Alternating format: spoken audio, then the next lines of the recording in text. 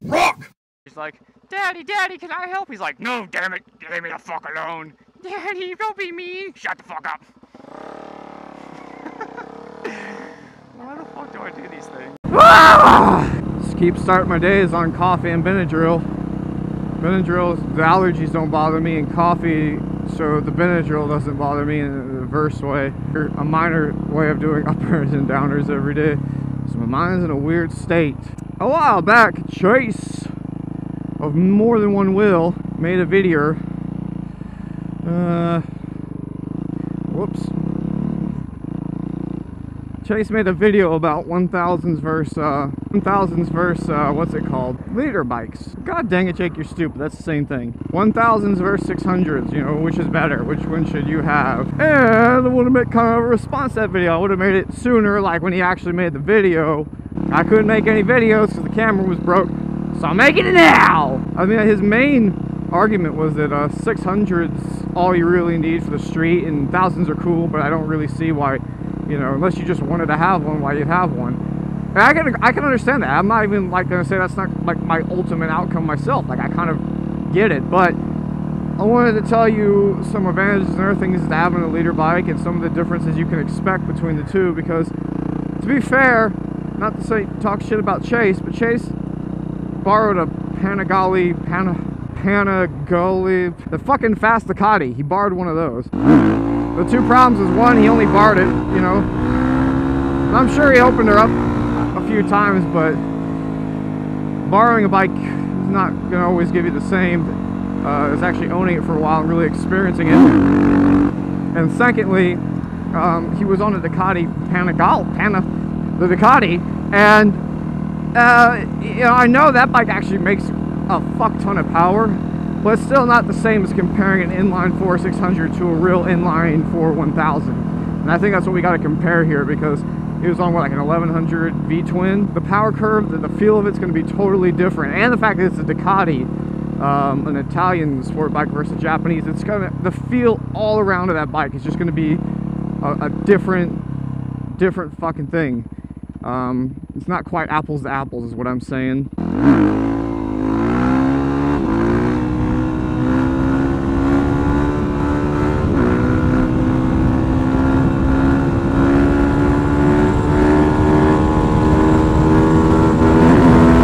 Now, I owned a 2001 R6. It was my first bike. For an 01 R6, it was pretty quick though. It was a 1 down 2 up, slip-on exhaust, Canon filter, rejetted. The bike ran with most fuel-injected bikes at its time, which was like an 04 when I owned it, 04, 05. And I sold that, bought a 2005 R1 and rolled that around for a good while until someone stole it. Not only did I own a Japanese inline 4 and traded up for another one that was 1000, I owned them in the same brand, you know, Yamaha's. So riding position and sort of geometry of the bike. A 600 is definitely a little bit more of a nimble bike. It weighs a bit less, not something crazy. It's about 50 pounds less. Now 50 pounds is a big freaking difference when it comes to a bike, but you know, it's not like it's like you could suddenly pick up the 600 and throw it around in the thousands of fucking anger. It's not like that, but typically there's about a 50-pound difference, and you will notice it. Also, the geometry on a 600 is so that it's a bit more quicker turning, without trying to get to all the details of why that is and how that works. Basically what that means is the bike just, it's easier to throw when it turns. It takes less input for you to turn the bike than it will 1000, you know, and that's pretty normal. There's always exceptions. I mean, there's always bikes that have more of a 600 sort of style to them, but they are definitely a little bit quicker turning bikes, and with the lack of you know, about 50 pounds or so of weight, they're going to go around turns a little bit easier anyway. They're going to you're going to be able to brake a little bit later, turn in a little harder, and get on the throttle a little bit quicker exiting a turn. With 1000, now they're going to sit. Squirrel! Get out of here! They're going to sit a little bit lower seat height, and they're a bit longer.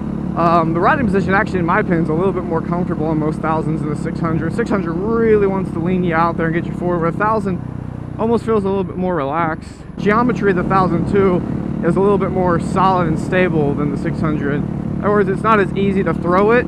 You got the weight plus, like I said, the geometry works against you a little bit, but it's set up to be more stable at higher speeds. And at higher speeds, it's going to be really easy to throw that thing into like a sweeper style turn.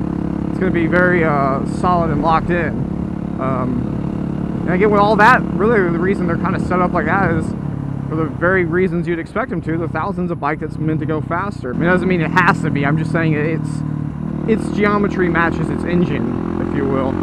Its style matches the sort of speed you'd likely be doing with a leader bike. You know, just like a Motar. Not that these are come factory, you know, with their shitty road. Not that these things come factory with their geometry set up on them the way they do. I mean, you know, these are all built, but what makes them work so good is that, like a Motard, is so flickable. The geometry is as such that it's a very easy bike to throw and do a turn, and not a bike you'd want to be doing much over 100 with. This thing would probably become quite unstable at those speeds. Sport bikes in general too, their geometry, especially on the leader bike, I've noticed this, the faster you go, the more solid they become. They become much harder to do input. And that just has to do with centrifugal weight of the wheel. It makes it almost act like it's a heavier wheel, and therefore it's harder to change direction of the tire at the higher speeds.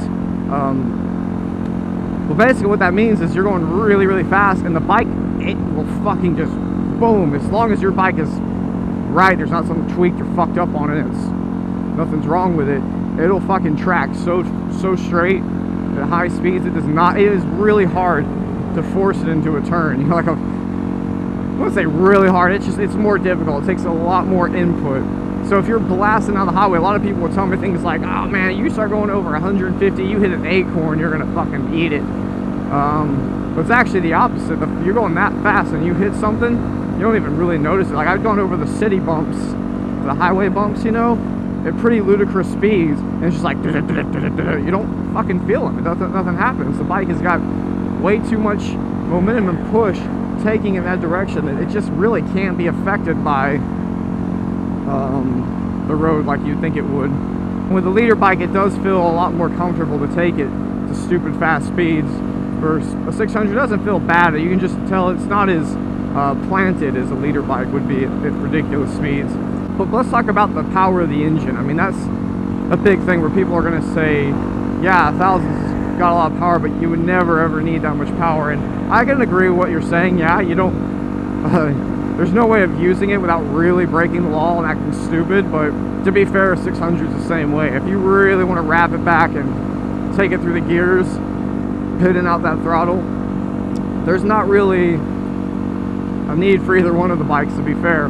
You know, with the engine on a 600, you know, you're talking about the 1000's almost double its size. The power, the way the whole bike feels is a lot different. It's not like it's just double the power and that's it or something, or close to. It's really not like that. A lot of it has to do with how the power comes on and how it feels. Now, with an inline 4, pretty much no matter what CC you're talking about, a high revving inline 4 in a sport bike has really got like almost a 2-stroke style power band, where there's a point where it doesn't make a lot of power and a point where all of a sudden, boom, a shitload comes on and you're really going to feel it.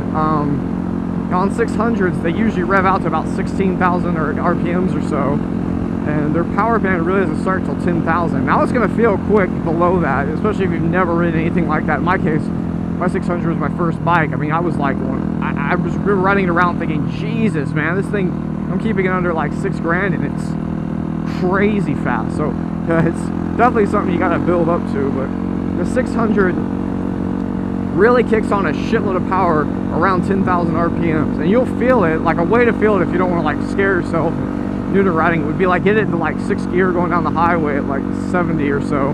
You'll be, well, man, might have to go a little slower, maybe actually around 50 or so in 6th gear, and roll onto the throttle and feel it peak over 10,000 without changing throttle position. You'll feel the bike just give this nice little pull.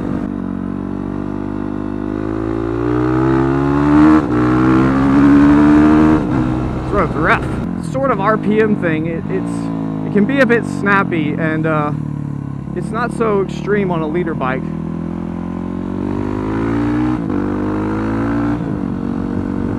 On a leader bike, you do get it on a leader bike. It's just on a 1000, when the power comes on, it feels it usually comes on more around 5,000 to 7,000 RPMs, I'd say, just depending on your model. I remember my two roommates had I had the 05 R1, and my two roommates, one had a 04 Gixxer 1000, and one had an 04 ZX10R. And we noticed these principles to be true. We used to switch off bikes, and basically the principles and how they work is all that same around that 5,000 to 7,000 RPM. Somewhere in there, you're going to feel like a surge of power, but it doesn't come on as extreme as a 600. Maybe one, because it's making some more low-end torque.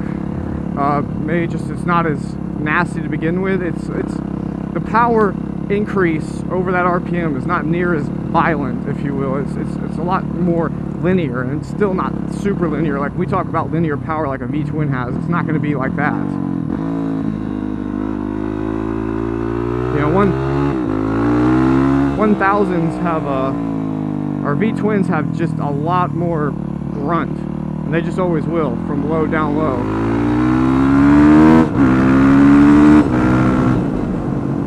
600's not gonna do that.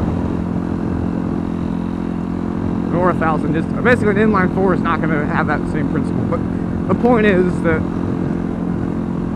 the 1000's power comes on lower, and it's more progressive, I'd say, as it comes on. Now it's a lot of fucking power. I'm not saying that makes it easier to ride. It's actually got more power. It just doesn't surprise you with a shitload, which can make the bike can upset the chassis, especially in mid-turn. You wouldn't want to roll into the power band.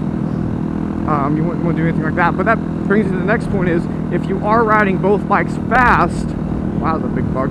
If you're riding both bikes fast, especially through some like twisty roads, mountainy roads, 1000 can be a little bit more fun, because both bikes, if you really, because they're inline fours, they're power bands, you're going to want to keep the RPMs up high. You know, you want to be getting your downshifts right. You don't want to run it down and then roll back into it, roll past. You basically want to avoid rolling on and off past the power band. If you're going fast, you want to keep it up in there, which on 1000 is just a lot easier to do. On a 600, you got to shift like a fucking motorcycle racer on a track. You really got to keep those RPMs up nice and high, keep the bike screaming. It's not going to kill or anything. It's good for the bike. It's a performance-built bike. It can handle it. It means it's a little bit more for you to concentrate on that and really watch how the power's coming in, so you don't get any weird surprises. At 1000, you could be a little bit more relaxed about that, I guess, because one, the power band is more higher, or there's more power band in the meat, so you don't need to worry about screaming it as much. It's really easy to keep a 1000 in power band. It's what I'm trying to say, versus keeping a 600 in power band. I found it always easier on my R1 to just, you know, click it down one or two, and you got plenty of meat, more than enough power.